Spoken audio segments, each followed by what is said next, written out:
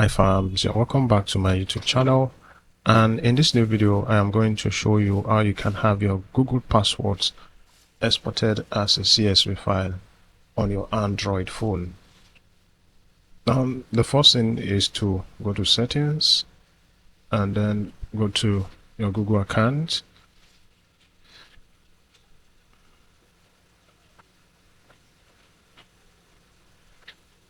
So the next thing is to click on Password Manager just on the right side of the screen, and then click on Settings. And just right there, the midsection, you'd see an option to export passwords. Download a copy of your passwords to use elsewhere. So you can actually click on that, and immediately you should have all your passwords downloaded to your device as a CSV. You can see Google Passwords.csv. Just go ahead and click on Save, and it goes ahead to save all your passwords. So that's how to go about that. Thank you for watching the video.